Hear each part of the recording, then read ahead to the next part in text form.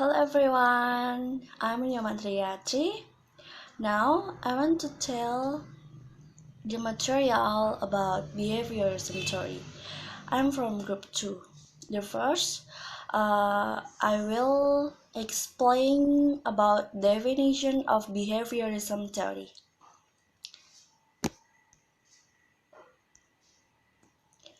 Behaviorism theory defines that learning is a change in behavior, especially change in the capacity of students to behave as learning outcomes. The theory that human and animal behavior can be explained in terms of conditioning without appeal to thought or feeling. According to the theory of behaviorism, change in human behavior are very complex by the environment that will provide various experience for someone. The environment is a stimulus that can affect or change the capacity to respond. This theory prioritizes the response generated by compilation given a stimulus. In learning, the teacher will provide a stimulus that gives rise to student response, such as when the teacher gives interesting question that makes student will respond. Next, I will explain about history of behaviorism theory. History of the theory behavior is start from Van Plop in 1897, which conducted experiments on dogs that can conclude that very organism. Its behavior occurs in a reflex and is limited by simple stimuli that are mechanical. Next, John Watson in 2020, who did a trial on mice and concluded that behaviorism can change a person's behavior significantly. And next, Thorndike, 2018, that learning through selection and relation, and altered Thorndike put forward about the legal effects.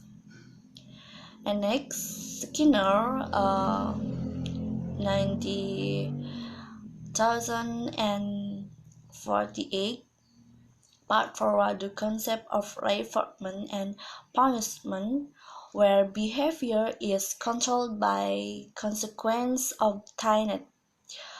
Learning, where the consequence of behavior produces change in the probability of the behavior will be repeated. Ivan Pavlov, classical conditioning. According to Pavlov, reinforcement is an important role in conditioning the expected response correction. If reinforcement is not raised and the stimulus is only displayed alone, then the conditioned response will decrease or disappear. However, one day the response can reappear. Even Pavlov studies of animal education have led to important findings in the field of physiology. These findings are called conditioned reflex. In his experiment, it was stated that a dog's desire to eat caused saliva to flow. The treatment occurs in a reflex or can be called on unconditional response. And then the sequence of even-thought experiments on dog. The first, uncontagious stimulus, that is a stimulus that directly evokes a response. For example, meat can stimulate a dog to sleep. Two, uncontagious response.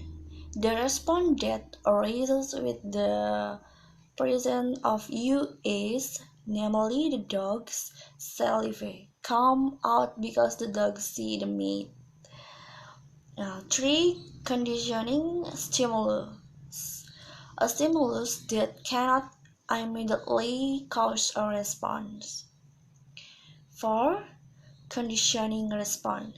That is the response that arises with the presence of GH. And next, John Watson, behaviorism. According to Watson, the stimuli and response that from the basic concept in the theory basically must be in the form of the three actions that can be observable only with the behavior that can be observed. The change that will occur someone as a result of the learning process can be predicted. Okay, that's all about my about the material of about behaviorism theory. Uh, and next, will present by my friend Mela Enrica. Thank you for attention and goodbye.